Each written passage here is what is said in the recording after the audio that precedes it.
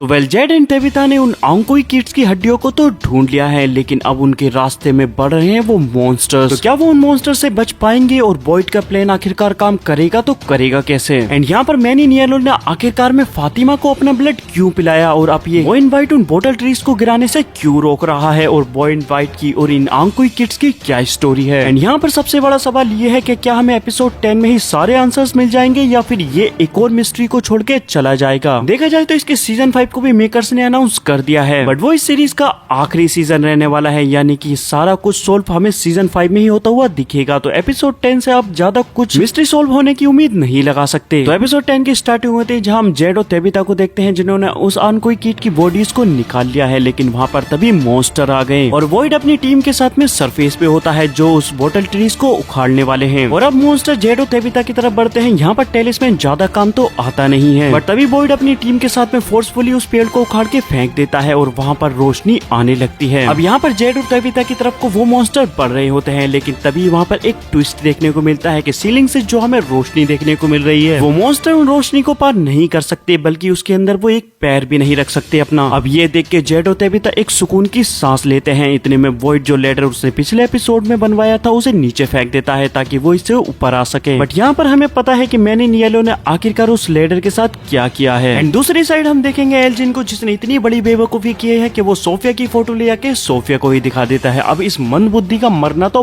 बनता ही है और सोफिया उसे बुरी तरीके से बेरहमी से मार भी देगी। इधर लेडर नीचे फेंक दिया जाएगा जिस पर जेड और तेबिता को चढ़ के ऊपर आना होगा, और वो जैसे ही ऊपर आ रहे होंगे तो बीच में कट होने की बिना पे वो लोग नीचे गिर जाएंगे और लेडर टूट जाएगा। इतने में वहाँ पे स्माइली और बाकी सारे मॉन्स्टर उन पर हमला कर देंगे, जिसमें हम देखेंगे कि मैरिन बीच में आ जाती है और वो वहाँ पर मारी जाती है। एंड ये सब कुछ फातिमा स्माइली मॉन्स्टर के थ्रू देख रही होगी और मैरिन की डेथ उसे पूरी तरीके से तोड़ देगी और उसे स्माइली मॉन्स्टर पे यहाँ पर पूरा लगभग कंट्रोल मिल ही जाएगा और वो खुद भी मॉन्स्टर में कन्वर्ट हो जाएगी। एंड यहाँ पे फातिमा काफी ज्यादा इमोशनल होगी ड्यू टू मैरिन डेथ। इधर हम सोफिया को देखेंगे जो अपने प्लान को एक कदम आगे बढ़ा रही है, क्योंकि टाउन में इस समय कोई भी मौजूद नहीं है, सब अपने अपने मिशन में लगे हुए हैं। तब वो हर घर के अंदर जाएगी और वहाँ से जितने भी टेलिस्मैन लटक रहे हैं उन सबको उठा लेगी। और ये हमने इसके प्रीवियस एपिसोड में भी देखा है कि मैनी नियलो टेलिस्मैन को छू सकता है, उसे इससे कोई भी दिक्कत नहीं है। क्योंकि टेलिस्मैन नहीं होगा तो इसलिए जैसे ही रात होगी तो कोई भी सेफ नहीं होगा। जैसे पहले लोग मारे जाते थे वैसे अब भी सारे लोग मारे ही जाएंगे, क्योंकि टेलिस्मैन का वहाँ पर न होना टाउन के लोगों के लिए बहुत ज्यादा खतरनाक है। तो सोफिया का प्लान बिल्कुल उसके अकॉर्डिंग चल रहा है और इसीलिए सोफिया ने क्लारा से बोला था कि वो नहीं रोकना चाहती इन लोगों को हड्डियां लाने से, क्योंकि उसका प्लान हमेशा से ही इन लोगों को मारने का था। तो सोफिया जैसे तैसे सारे टेलिस्मैन चुराने में सफल हो जाएगी। इधर हम डोना को देखेंगे जो जूली और ईथन का ख्याल रख रही होती है और वो उन्हें उन्हीं के घर में लेके जाती है। तो बेसिकली यहाँ पे तेबिता नहीं बोला होगा उन दोनों का ख्याल रखने के लिए, इसलिए डोना उन्हें पूरा सेफ रखती है, क्योंकि तेबिता अच्छे से जानती है कि आगे क्या होने वाला है। उसे मैन इन येलो ने खुद बोला है कि बोन्स को निकालने के बाद में तुम्हें क्या लगता है सब ठीक हो जाएगा या फिर एक और बड़ी मुसीबत तुम्हारे सामने आ जाएगी।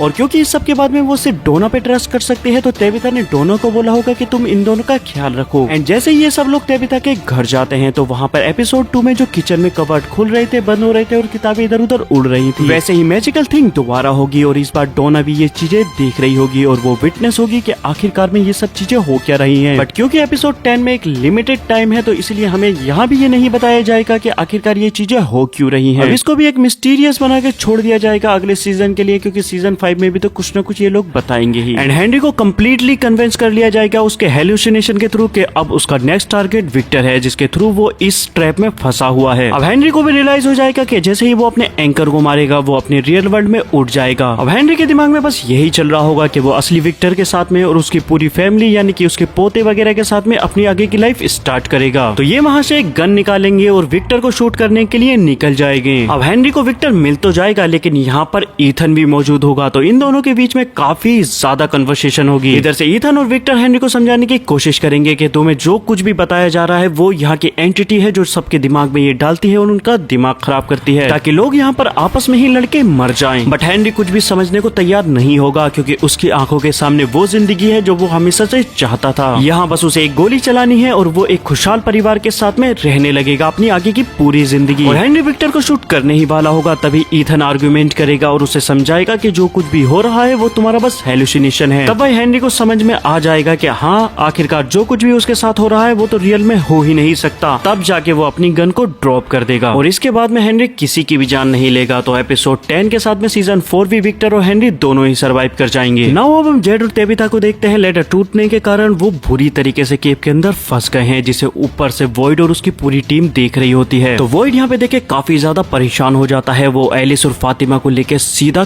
केव के अंदर जाने के डिसाइड करता है और वो वहाँ जाने के बाद में देखते हैं कि फातिमा मॉन्स्टर के अंदर ट्रांसफॉर्म हो रही है, यानी कि वो बिल्कुल उन क्रिएचर्स की तरह बन रही है जो कि रात में निकलते हैं। जिसके बाद में फातिमा जाएगी केव के अंदर और वो बाकी क्रिएचर से फाइट करेगी, जिसके बाद में वो लोग इस केव के अंदर जा पाएंगे और जेड और तेबिथा को रेस्क्यू कर लेंगे। इधर सोफिया ने क्योंकि अब सक्सेसफुली सारे के सारे टेलिस्मैन को ले लिया है, जिसके बाद में वो फारावे ट्री की तरफ बढ़ेगी एंड वही रास्ते में उसे मिलेगा बॉय इन वाइट, जिसे देखने के बाद में सोफिया ये बोलेगी कि तुम अब काफी ज्यादा गिरो कर चुके हो और ये दोनों आपस में बात करेंगे, जिसकी कन्वर्सेशन के बीच में हमें ये बात पता चल जाएगी कि बॉय इन वाइट भी एक एंशिएंट कैरेक्टर है। अब बॉय इन वाइट के बारे में भी काफी बातें यहाँ पर खुलती हैं, जिस पर वो बोलता है कि सोफिया तुम इस बार नहीं जीतने वाली हो, प्लान बिल्कुल एक्शन में है और इस बार कुछ ऐसा हो रहा है जो पहले कभी नहीं हुआ। जेड और तेबिथा ने फाइनली वो चीज कर दिखाया जो आज तक नहीं हुई। वो इस मिस्ट्री को सॉल्व करने के बिल्कुल एक कदम दूर है। लेकिन सोफिया ये सुन के मुस्कुराती है और वो सारे के सारे टेलिस्मैन को फारावे ट्री के अंदर फेंक देती है एंड ये बात हम जानते हैं कि फारावे ट्री के अंदर फेंकने के बाद में वो कहीं पे भी जाके गिर सकता है, वो कहीं भी हो सकता है, वो कुछ भी जगह जा सकता है। और अब कुछ सोफिया और बाकी किसी को भी नहीं पता कि टेलिस्मैन आखिरकार कहाँ गया। टाउन बिला टेलिस्मैन के हैं और वो लोग हड्डियां लेकर आ रहे हैं एंड इसी भयंकर क्लिफ हैंगर के साथ में एपिसोड 10 को एंड कर दिया जाएगा और इसके बाद में अब कोई और एपिसोड नहीं आने वाला। सीजन 4 अब कंप्लीट हो चुका है, बट क्योंकि सीजन 5 ऑलरेडी पोस्ट प्रोडक्शन में है तो हमें उसके लिए ज्यादा वेट नहीं करना पड़ेगा। इसके मेकर्स ने इसे 2027 के रिलीज के लिए कंफर्म कर दिया है और सीजन 5 के अंदर सिचुएशन और भी ज्यादा टेंस होने वाली है, क्योंकि अब टेलिस्मैन नहीं है और टाउन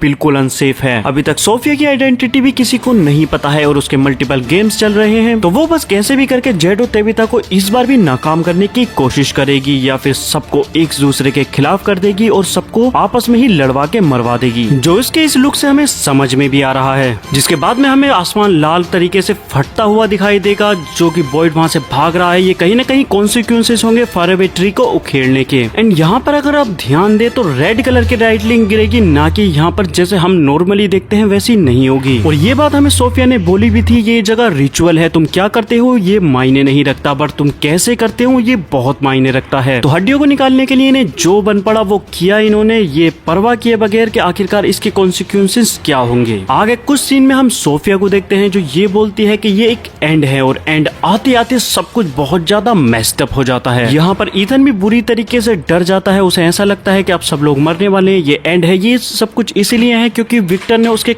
मन में ये भर दिया है कि कहीं ना कहीं तुम अकेले रह जाओगे और सब लोग मारे जाएंगे। और अभी बहुत सारी थ्योरीज हैं इसके सीजन 5 को, इसके सीजन 4 के एंडिंग को लेकर, जो मैं आगे वीडियो में कवर अप करूंगा, क्योंकि ये वीडियो बहुत ज्यादा लंबी हो गई है, तो इसे यही रैप्ड अप करते हैं। वीडियो पसंद आई है तो वीडियो को लाइक करें, चैनल को सब्सक्राइब करें, क्योंकि आज ही हम house of the dragon season 3 को भी स्टार्ट कर रहे हैं। उसके आने वाले एपिसोड्स में क्या होगा और उसको भी एक्सप्लेन करेंगे। And so thanks for watching my video.